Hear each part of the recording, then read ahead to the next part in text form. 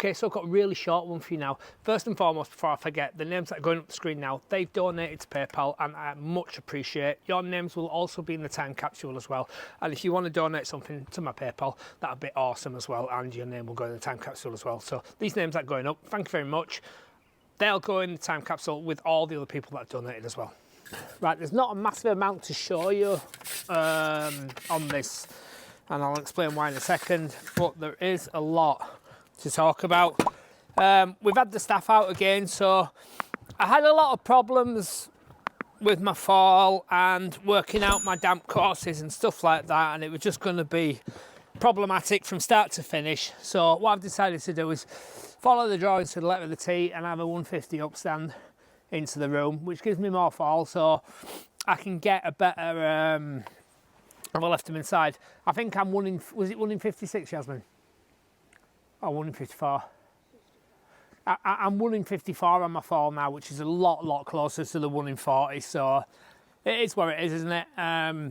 Right, so it was really hot last week, you'll remember, 2 days, and my bricklaying skills are not sufficient enough to lay bricks in that kind of heat because my mortar was going off too quickly. Oh, it's just too fucking hot, can you believe it, after all that rain?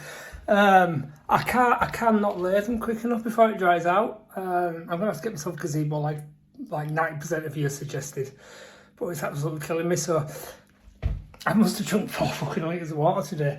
What I'm going to do, I'm going to get up tomorrow, I'm going to get my free course up to damp course and my perimeter course of blocks down before it gets too hot, and then I'm going to have to go out and find myself a gazebo. Just look at that.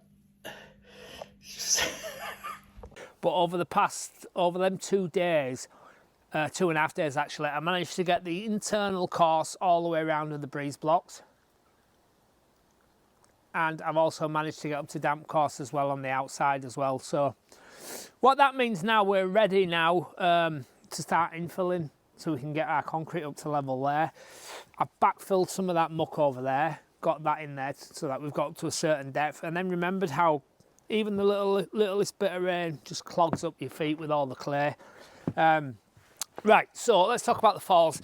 This is where the bathroom, one of the bathroom walls was, so the toilet will sit there. So that is where I've took my measurement from, and not over there, because let's just all that is sink water. So it only needs a slight little fall to run. But so this is where I've took my distance from there, which will give me a direct line straight down there, so that I can join into the soil. So that's my 1 in 54.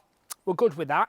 What I've done there, I've put these lintels as high as possible, so that when I come to put my pipes in, hopefully they're not going to be in the way. That one is on shore, but there's a set of French doors here, so there will be step up into that, so that will be covered by the step. Likewise, I dropped that one lower, because obviously I don't need to go as high with that pipe. And then I thought, well, it could actually go higher because the step is going to cover that lintel, so that is not an issue, in my opinion, anyway. Right, Yasmin, do you want to walk around there on that block work and don't fall? Yasmin's on work experience this week. She was originally going with somebody and that company went under, so she struggled to get work experience in a short time, so she's here on work experience with me, and believe it or not, they sent somebody out to assess me. Right, this is the kitchen area. That one there will be electricity and internet and anything else that I decide to feed in here from the main house. That one there is going to be water, so I'll put a slower bend on that, so there'll be a 25mm water pipe pulled straight up through that. So they're lower. I'm not worried about any kind of fall on them, obviously. They're literally access for the pipes to come up into the room, so they're lower. They're going to go under the stone. And I'll just show you the levels here. So on this particular drawing, they want a 100mm pad, which we'll get to there. Can you see that all right, yeah? Yeah, 100mm pads, that'll get to there. 150 of insulation, 50mm sand, and 150mm stone. So we're probably going to end up, I mean, you can see it, because it's real clay and stuff like that. It's as level as what it can be anyway, do you know what I mean? But the stone will bring it up. So we'll get up to there with the stone. We'll have the sand. Of course, we'll have the visqueen, then we'll have the sand, insulation, visqueen again, and then the 100mm concrete pad, and that will get us up to our level inside. Paul hopefully is, well, Paul's a mate of mine, he's a plumber. No, he doesn't know about plumbing, it's worth knowing. He's going to come and see me possibly Friday. It's Wednesday today. So everything's like gone really slow. The weather kind of screwed me up last week. But, you know, I know you're all saying get a gazebo, and I am gonna, but it was just a pain in the ass, been moving around, this, that and the other. That's all going to get burnt at some point. Not the plastic, obviously, all the wood will get burnt. So the next step now is to get the stone in here, get that whacked down, get some sand on it, get some insulation in, and get the concrete in. And what they want, like I said, 150mm PIR, and they want 25mm all the way around the perimeter.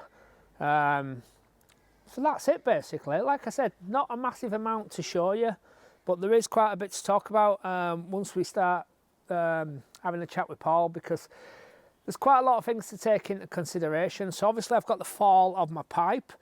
My water needs to be 750mm lower than ground level. That's what the spec is. Not going to get the 750 where it enters the building there, but you know, I'll stick a bit of insulation on that, that'll be fine. So I spoke to building control and I said, can I stick them all in the same trench? And he went, yeah, don't see why not. So what I'm going to do, I'm going to dig the trench for the water first, get the water buried at 750, backfill it a little bit, and then we're going to go with the waste on top of that, and somewhere along that line we'll run the electric and internet as well. I know what else I'm going to, but I think that's it. That's probably it for that. Where are we on everything else? So, oh yeah, bloody hell, bricks. Get up there and have a look down this line, Yasmin. Stand up there, walk along that. Go on. Yeah, and walk along that scaffold board. Yeah, go on. Scaffold board. That's it, keep going. Yeah? Why have you got one shoe half on and one shoe half on? Now, my bricklane's not the best, right? But it's not the worst either. But these engineering bricks, like, you put a line on it and they've got a bloody curve in the middle. I mean, is that normal? Can you actually see that? Let's see if we can see that there. Can you see the gap in that?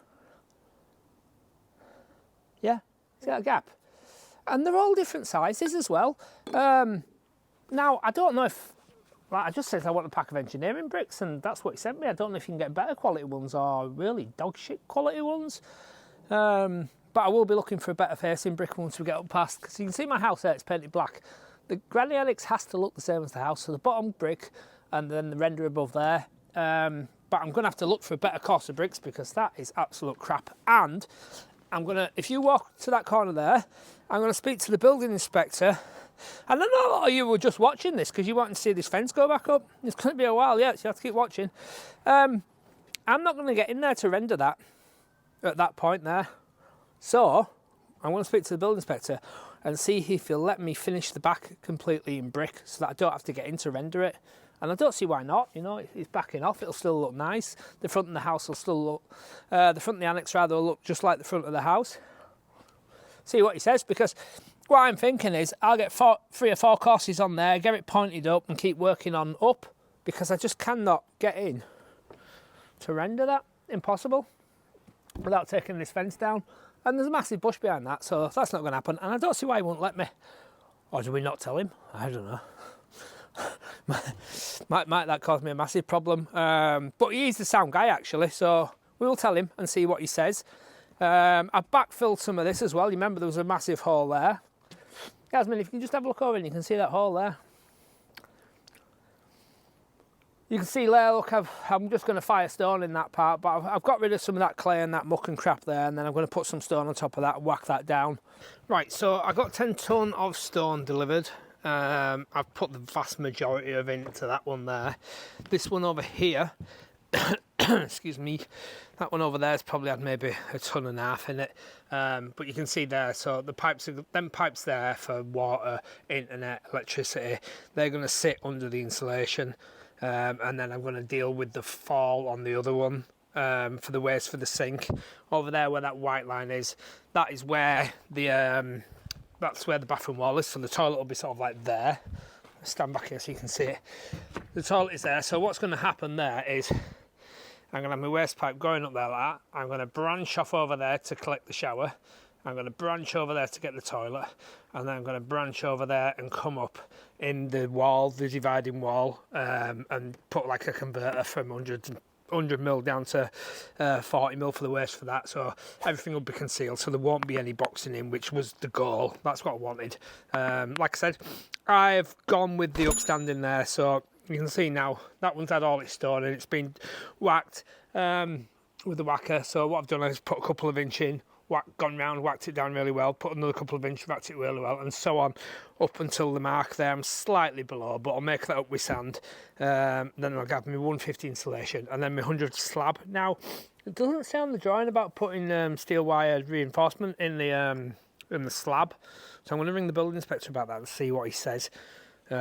Because surely I'm thinking that slab that size anyway would want something anyway, maybe not that one, but definitely this one. That's it. Like I say, it's been a bit slow. I've had other stuff to do as well, but we're making progress. Yeah, we're getting out of the ground. We're up to damp course level, so we're all good. So if you want to hit the subscribe button, it's down there in that corner, I think it is.